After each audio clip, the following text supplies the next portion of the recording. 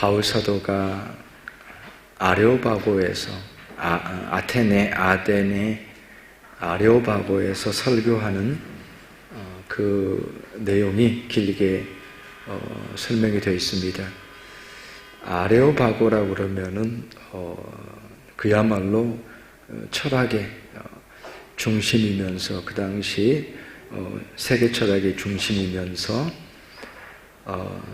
소크라테스가 거기서 재판을 받았던 장소이기도 하기 때문에 매우 엄중한 자리이기도 한 그래서 중죄인들에 대한 신문이 있었던 곳이 아레오바고이기도 합니다. 거기에서 바울 사도가 설교하고 복음을 전한다고 할 때에 상당히 엄중한 상황이고 쉽지 않은 상황이고 그 사람들 앞에서 복음을 증거하는 것이 쉬운 일이 아니지만 그 아레오바고에서 바울 사도가 설교할 만큼 그의 지성이 또 헬라 문화에 대한 이해가 그리고 그의 그 사상과 가르침과 그 철학이 동서양을 막론하고 헬라 히브리를 총괄하는 것으로서 그 탁월함이 있었기 때문에 아레오바고에서 그가 설교하게 됩니다.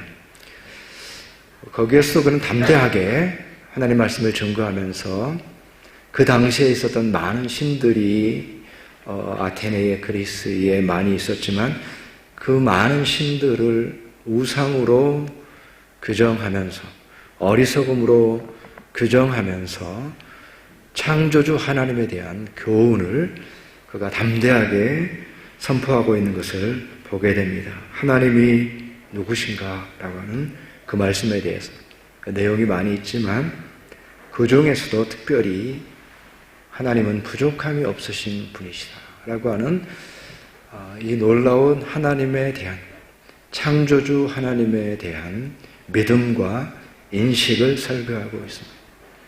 하나님은 부족함이 없으신 분이시다. 우리가 하나님을 믿고 하나님을 따르면서도 그러나 이 사실을 우리가 깨닫지 못하고 부족함이 없으신 하나님이신 것을 깨닫지 못하고 특별히 우리가 감사절을 앞두고 있으면서 25절의 말씀처럼 무엇이 부족한 것처럼 사람의 손으로 섬김을 받으시는 분이 아니시다. 뭔가 부족해서 사람의 손을 통해서 섬김을 받으셔야 되는 분이 아니시다라고 말씀하고 있습니다. 우리가 감사절을 생각하면서 우리 스스로가 감사의 기준을 세우고 또 감사의 이유를 생각해 보고 어떻게 내가 하나님께 감사할까 감사의 표현도 생각을 해 봅니다. 그러나 우리가 생각해 볼 것은 가장 먼저 하나님께서 뭐가 부족하기 때문에 그렇게 하는 것은 아니라는 것, 그 사실을 생각하는 것입니다. 그 감사가 나로부터 시작이 돼가지고 내가 감사해야지, 감사절이니까 뭔가 감사의 이유를 찾아내야지, 그리고 감사에 뭔가 표현해야지 라고 하는 우리의 기준과 우리의 생각과 우리의 표현을 가지고서 내 편에서 하나님께 감사하고 마는 것, 그것이 아니라는 겁니다. 왜냐하면 하나님께서는 무엇이 부족한 분이 아니시기 때문에 부족한 분이 아니시고 우리의 손으로 섬겨야만 되는 그 부족함이 채워지는 분이 아니시라는 거예요. 우리 감사절을 맞이하면서 우리 편에서 그냥 감사가 시작이 되는 것이죠. 그러나 진정한 감사는 나 자신으로부터 오는 것이 아니라 감사는 하나님으로부터 오는 것입니다. 감사의 출발점은 나 자신이 아닙니다. 나 자신의 상황이 아닙니다. 내가 감사해야 될 이유, 거기에서 출발하는 것이 아닙니다. 감사는 하나님으로부터 출발하는 것입니다. 뭐가 하나님께서 부족하셔서 우리의 감사를 받으셔야만 그 명예가 회복되어지는 분이 아니시라는 사실을 알게 됩니다. 우리가 감사를 생각하게 될 때에 그 감사는 사실은 가장 많이 쓰는 언어가 뭘까? 아마 감사합니다가 아닐까? 우리의 생활 중에서 가장 많이 쓰는 말이 감사합니다잖아요. 사람과 사람 사이에서 서로 감사합니다. 도움을 받았기 때문에 감사합니다. 또 예의를 지키기 위해서 감사합니다. 또 어느 때는 내키지 않은데도 감사합니다. 누군가의 호의가 나에게 사실은 감사한 게 아니야. 그렇지만 그 호의로 인해서 또한 감사합니다. 이렇게 고백하기도 합니다. 그래서 우리의 삶 속에서 가장 많이 쓰이는 말이 감사가 아닌가. 늘 감사할 준비가 돼 있고 감사해야 된다라고 하는 것이 우리의 삶의 매너이면서 또 윤리이면서 또 공동체를 살아가는 또 중요한 어떤 자세인 것을 잘 알고 있습니다. 그러한 감사는 무기력한 감사가 될 수가 있어요. 그러한 감사는 그래서 어떤 상황에 대해서 감사한다라고 하는 그 태도가 뉴욕타임즈의 어떤 그 칼럼니스트가 쓴 글에 의하면 그 감사하는 태도를 버려라 이렇게 이제 얘기하는 겁니다. 그 감사하는 태도라고 하는 것은 자칫 이미 가진 것에 대해서 너무 안주할 수 있는 태도이다. 우리가 왜 감사해야 되는가? 이렇게 접근하는 겁니다. 이 시대 가운데서 더 많은 것을 성취해야 되고 더 많은 것을 이루어야 되는데 감사하다라고 하는 것은 안주하는 삶의 태도가 아니냐라고 하면서 감사의 태도를 버리라고 얘기합니다.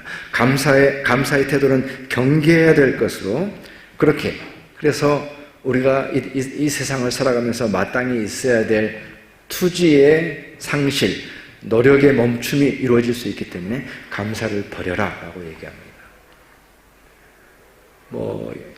일리가 있는 말입니다.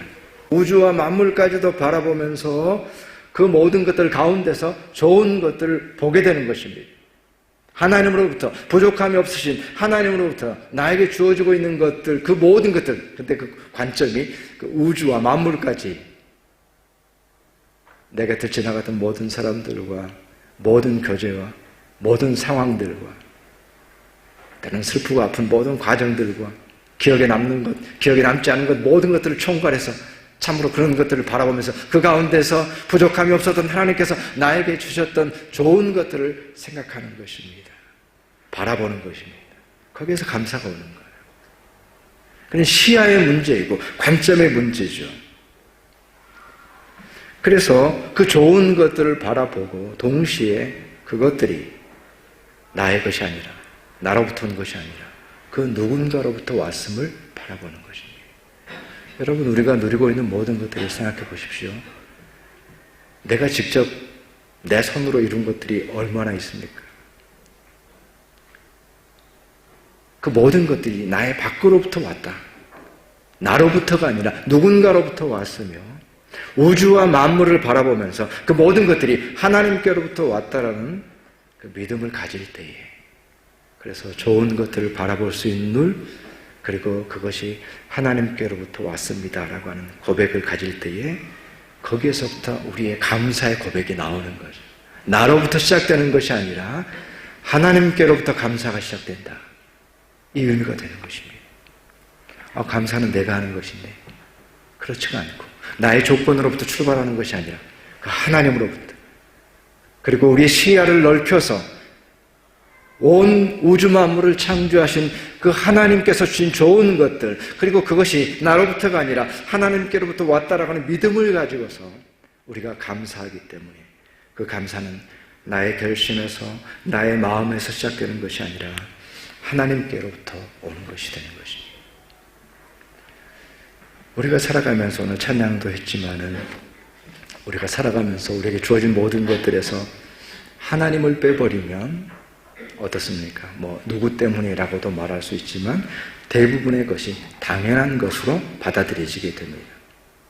이 당연하다라고 하는 것에 익숙해지게 됩니다. 당연하다라고 하는 것에 우리가 익숙해집니다. 좋은 것이라고 할지라도.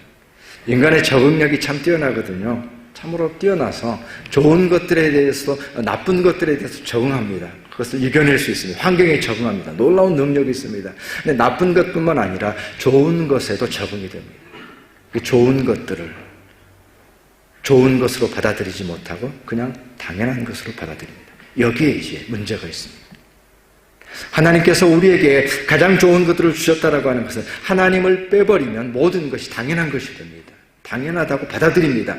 우리가 의식하지 않든 무의식적으로 당연한 것으로 그렇게 이해하고 살아가는 겁니다. 그러나 이것은 옳지 않은 것이죠. 그 가운데 우주와 만물을 지으신 창조주 하나님의 관점에서 그것을 바라보게 될 때에 그 하나님으로 인해서 우리가 감사할 수 있게 되는 것이죠.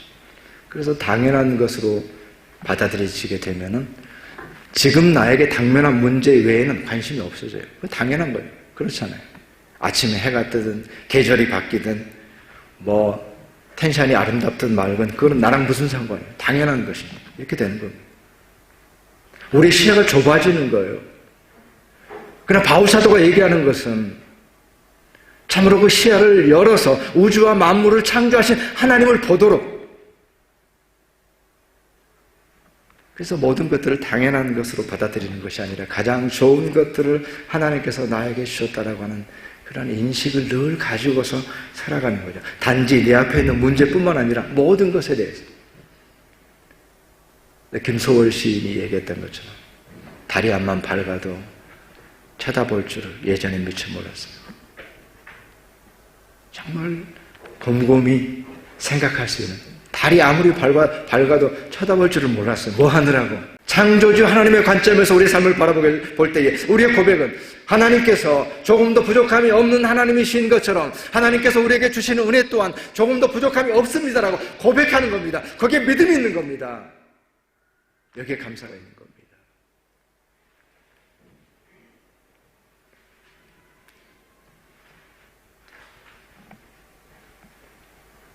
창조신학 또는 창조영성의 관점에서 보게 되면은 그 중에서 이제 창조와 요즘에 이제 더 관심이 많아졌습니다. 창조의 신학 또는 창조영성 그 부분이 신학적으로 아주 새로운 주제이면서 뜨거운 주제이면서, 그런데 그 가운데 그 창조신학의 대가라고 할까요?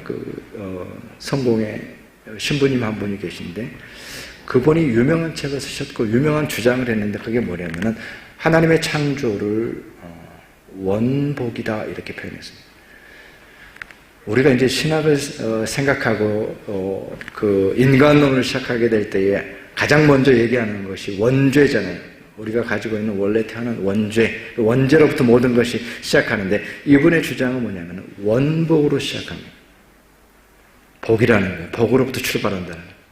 죄로부터 출발하는 것이 아니라 하나님께서 모든 만물을 창조하신 것은 그것은 원래 있었던 우리에게 있었던 복이다. 우리의 복이다. 이 놀라운 창조가 우리의 복이다라고 하는 고백이거든요. 창조 자체가 복이라는 거예요. 출발점이 거기라는 거예요. 하나님께서 좋은 것들을 주셨고 우리 가운데 복된 삶을 살아가도록 우리를 부르셨다라고 하는 사실이죠. 그러니까 원죄로부터 시작되지 않고 원복으로부터 시작된다라는 그러한 영성과 신학입니다. 우리 모두가 하나님의 피조물로서 그러한 복을 누리면서 살아가는 삶, 하나님께서 주신 부족함이 없는 하나님께서 우리 가운데 주신 그 복을 누리면서, 어거스틴은 이렇게 얘기했습니다. 하나님은 그 자신보다 못한 선물을 우리에게 주지 않으신다. 깊이 생각해야지 이해할 수 있는 말입니다. 하나님은 그 자신보다 못한 선물을 우리에게 주지 않으신다. 하나님께서 온전하신 것처럼, 하나님께서 부족함이 없는 것처럼 우리에게서 은혜로 주신 것들은 참으로 부족함이 없는 온전한 것을 우리에게 주신다는 거예요. 그 은혜는 그렇기 때문에 우리의 모든 상황을 덮어버립니다. 우리의 모든 시간을 커버합니다. 참으로 우리 가운데는 때로는 인내가 필요하고 우리 가운데는 믿음이 필요하지만 그러나 그럼에도 불구하고 모든 것이 하나님의 은혜였습니다. 모든 것이 하나님의 선물이었습니다. 참으로 모든 것에 대해서 감사합니다라고 하는 고백을 우리가 드릴 수 있게 되는 것입니다.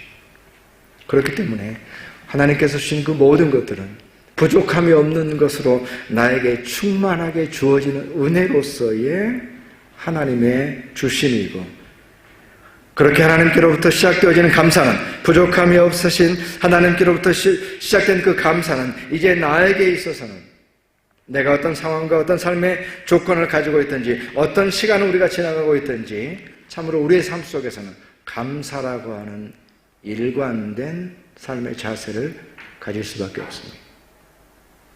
하나님께서 나에게 모든 것을 때로는 내가 이해할 수 없는 그 시간이라고 할지라도 가장 좋은 것으로 나에게 은혜로 주셨다라고 하는 믿음의 고백 속에서 우리의 삶의 태도, 우리의 삶의 고백은 오직 한 가지밖에 없는 겁니다. 하나님께로부터 시작되어지는 감사는 우리의 삶 속에서 언제나 감사할 수밖에 없는, 바로 그것이 범사에 감사하는 것입니다. 감사가 나로부터 시작된다고 한다면 감사할 것도 있고 감사하지 않을 것도 있을 것입니다. 그러나 감사가 놀라우신 하나님께로부터 시작되었기 때문에 우리에게 있어서는 이 감사는 언제나 감사할 수밖에 없는 일관된 변함없는 삶의 태도로서의 감사입니다. 다시 한번, 감사가 우리의 길입니다. 그렇기 때문에 우리 마음속에서 감사하는 마음이 사라지거든 우리는 즉시 회개해야 됩니다. 감사하는 마음이 사라질 때, 내가 회개해야 되겠구나. 그렇게 하면 맞습니다.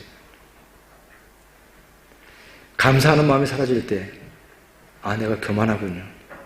회개하시면 됩니다. 창조주 하나님의 자녀로 살아가는 우리 모두는 감사 위를 걷는, 그저 감사의 길을 걸어가는 삶이 그 외에 다른 삶을 살아갈 수가 없는 것입니다. 내가 세상의 관점으로 모든 것들을 바라보고 있지 않습니까? 회개해야 됩니다. 내가 혹시 믿음을 잃어버린 것은 아닙니까? 회개해야 됩니다. 우리에게는 감사이기 때문에 그렇습니다. 그래서 감사가 기준이, 범사에 감사하는 것, 감사가 기준이에요. 그 기준 이하로 내려가잖아요. 기본이 감사예요. 그렇게 범사에 감사한 삶이 우리의 길이 될 때에 그것이 하나님께서 우리에게 명하신 것이고 하나님의 약속이 있는 것이고 그 약속이 부족함이 없으신 하나님으로부터 온 것이기 때문에 감사하게 될 때에 그 삶은 우리에게는 복된 삶이 되는 겁니다. 하나님께로부터 온 삶이니까 결코 실패하지 않습니다. 하나님께 감사하는 인생 결코 실패하지 않습니다. 궁극적인 승리는 하나님께 감사할 때 우리에게 주어지는 것이기 때문에, 감사가 우리를 연약하게 한다고요? 뉴욕타임즈의 그 컬럼니스트가 얼마나 똑똑한지 모르겠지만 감사해서는 인생이 성취하지 못한다고요? 결코 그렇지가 않습니다. 진정한 감사는, 하나님께서 원하시는 감사는, 창조주 하나님께 드리는 감사는 결코 우리를 연약하게 하는 것이 아니라 오히려 우리를 능하게 하는 것입니다. 이기게 하는 것입니다. 승리하게 하는 것입니다. 능력이 되는 것입니다. 감사가 우리를 연약하게 한다고요? 감사를 버리라고요? 모르는 얘기죠. 좁은 관점에 사는 얘기죠.